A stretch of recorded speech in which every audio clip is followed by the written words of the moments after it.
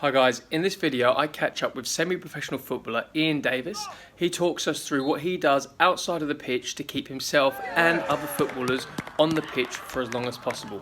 And he's completed an impressive 18 seasons. So he's definitely got some knowledge to share with you. I hope you enjoy it. Check it out. Thanks for hooking this up with us. Great to finally get it done. What I'll do is I'll throw it over to you so you can introduce yourself to everybody, let everyone know who you are and what it is you do. Sure. So my name's Ian Davies. First of all, I'm a semi-professional footballer based in England. I've finished or completed 18 seasons, about to go into my 19th season this year. So I've been doing it for a little bit.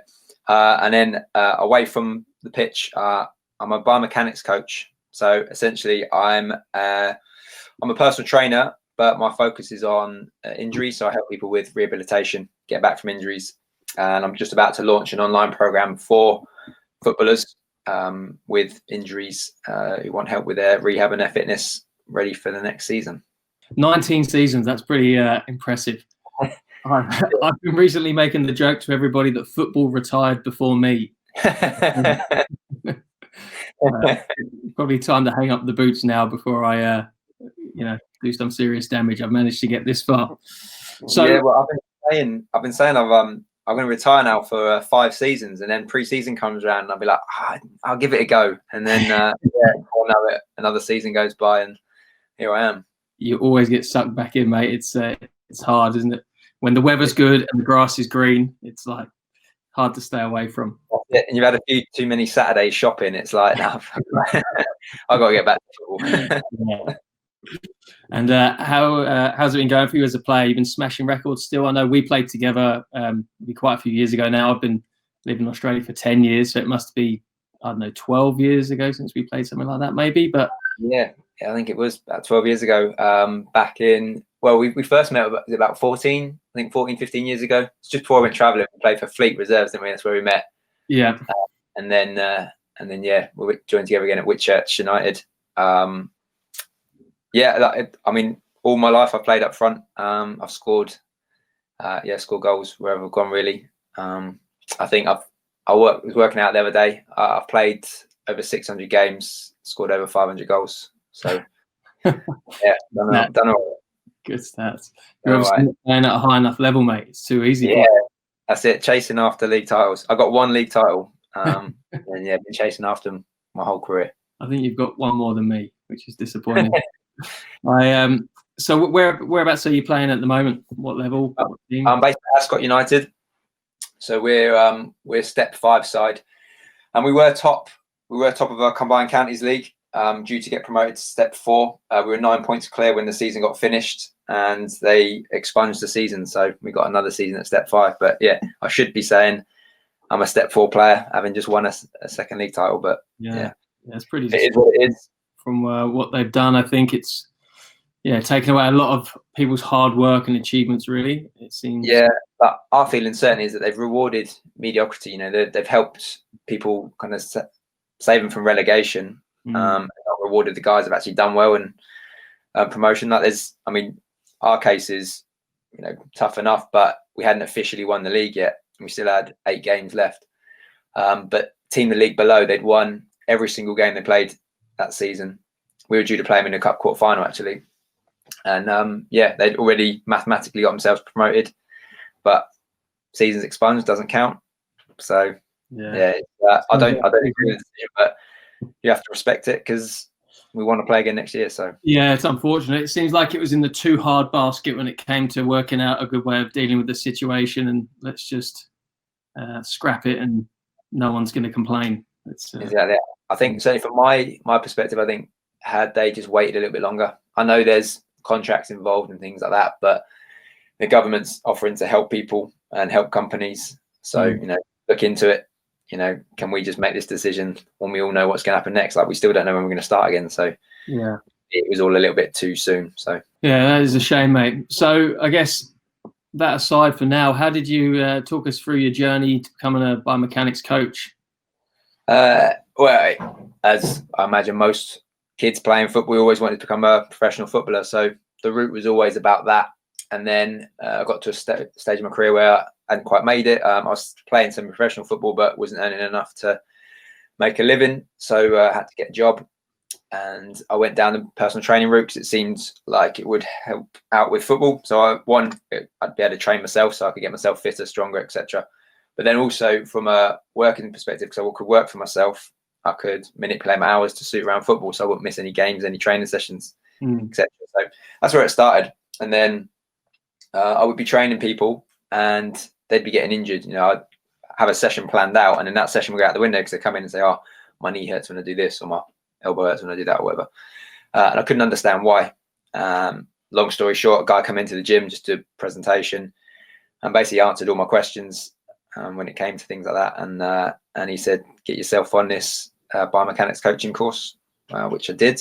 It was expensive. I had to raise some money from some customers. I basically offered them to give them a biomechanics session in return for a bit of a sponsorship fee. So yeah, raised the money for it and went on the course and never looked back really. Ever since then, I've been helping people out with their injuries and kind of moved more towards that side of things rather than just the fitness or want to look good in a swimsuit kind of thing. That's not really what attracts me about that side of the industry. Yeah. So, yeah, more about kind of how you're performing, how well you're functioning, how good your movement is, that sort of thing. So nice. And now, so you're taking this online. Is that obviously gives you a bigger reach to more players? Is that inspired by the current situation in the world, or was that always the plan? It was always the plan. Like it's something I was working on last year. So I think this has certainly accelerated it. I've had a lot more time to be able to work on it. So things have moved forward quicker in that sense, which is good. Yeah. But yeah, that we certainly the longer I've been playing, the closer I've been getting to retirement, the more I've seen or the more I felt like I want to stay involved in the game, the more I'm in it, or I feel like I'd miss it, and just kind of, I suppose, clinging on to the game. Really, I love it, and I had a bit of time. There's a few seasons where I took a few months out for different reasons, some work, some personal, but it always came back to me missing the game and just wanting to be involved.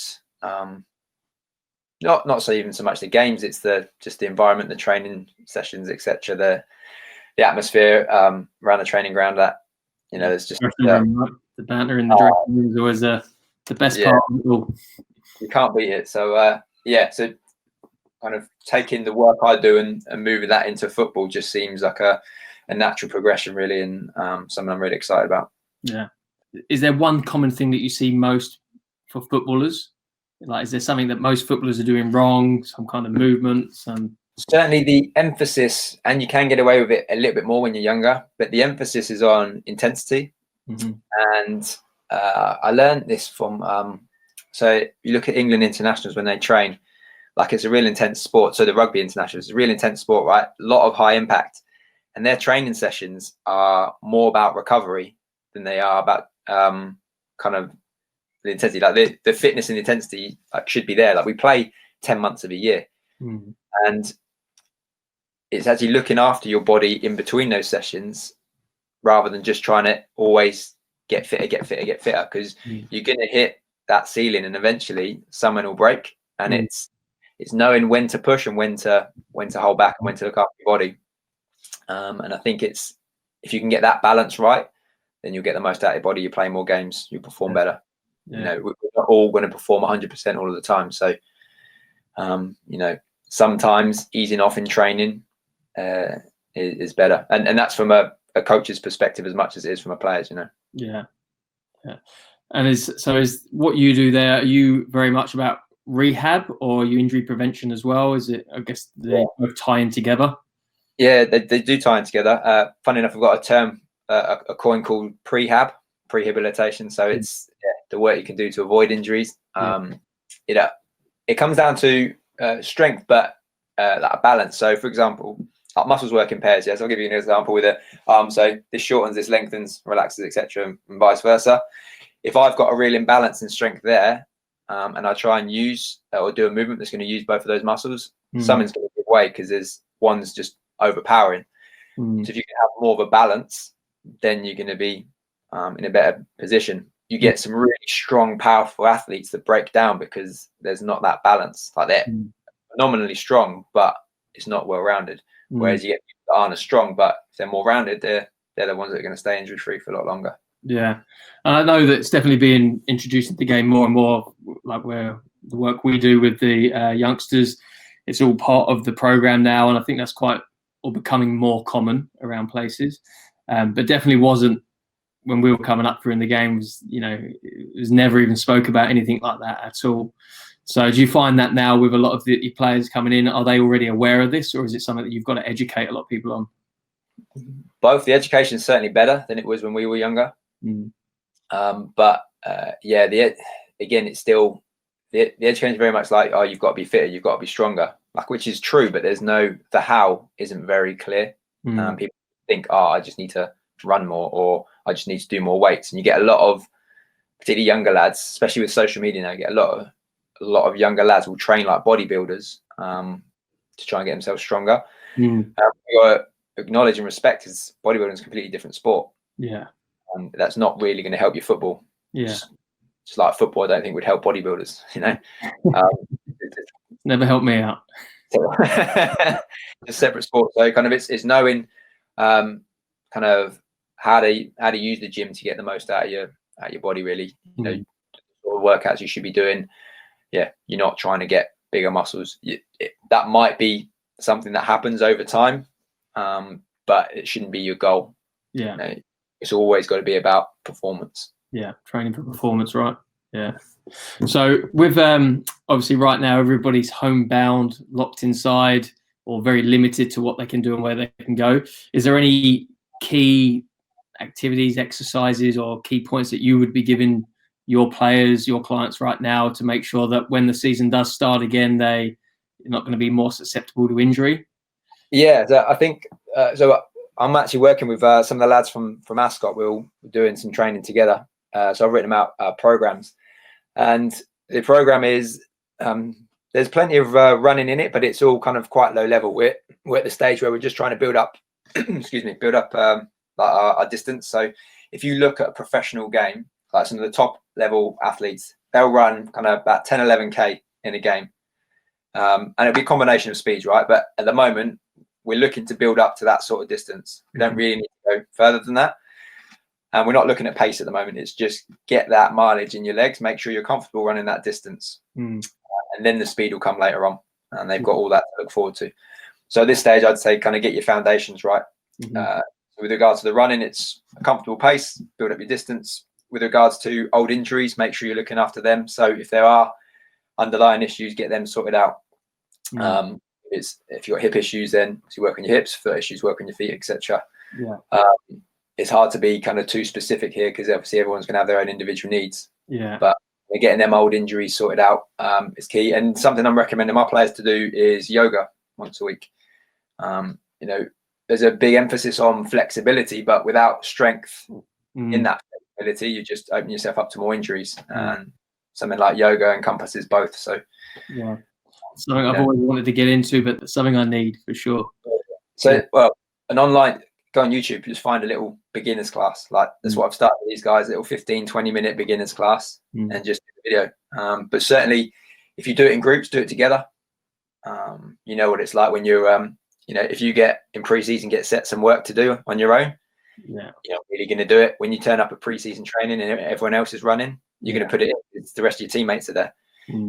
We're that kind of animal where we're certainly better when we're surrounded by other people. We're always competing against other people, whether it's teammates or opposition. All footballers are the same.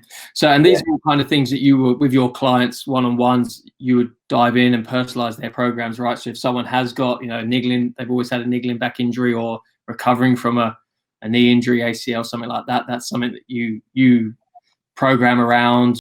Yeah, absolutely. They've, there's, on the ACL side of things, I've helped a lot of people with ACL rehabilitation. As one example, a guy, he's in his 50s, just plays on a Friday night with mates, and he came to me like early 50s with his injury, and he's late 50s now. It took us 9 months training together to get him from post-op to playing again, and ever since then he's been playing. So he's doing well. And like again, late 50s, so it's got nothing to do with age or anything like that. Like you just got to do the work. Yeah. So our careers aren't over yet. That's what I'm hearing there. Yeah. Time for us, yeah. Awesome. So I'm right in thinking, did I see that you've launching, or you have a program available to players? Is that what I saw the other day? Is that right? It's on its way. So I'm building my engagement at the moment on Facebook. Yeah.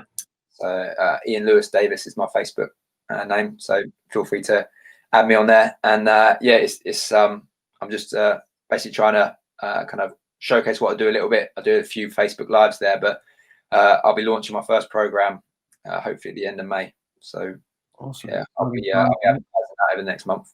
Yeah, very exciting times. Well, I hope that all goes well, mate. So obviously Facebook is your main place people can find you. Anywhere else? On YouTube, I'm doing a few videos, but it's not kind of organized as well as my Facebook profile is, should I say. So, but yeah, I've got a few videos. D14NLD is at gmail.com. That's my YouTube channel. And yeah, there's a few exercises on there, a few interviews with some kind of people in the game as well. And then yeah, I'm on Instagram, but it's all personal stuff. So yeah, I'll be branching out onto that sooner rather than later. Great. Well, when you get all of that, make sure you share it with us so we can spread it around to our community and our players as well, mate. And hopefully some of the guys come check you out for when they're in need of getting fit and healthy again, and most importantly, before they get injured, getting on top of it. Yeah, absolutely. That's the key. Is you kind of need to do the work before, and don't wait for yourself to get injured.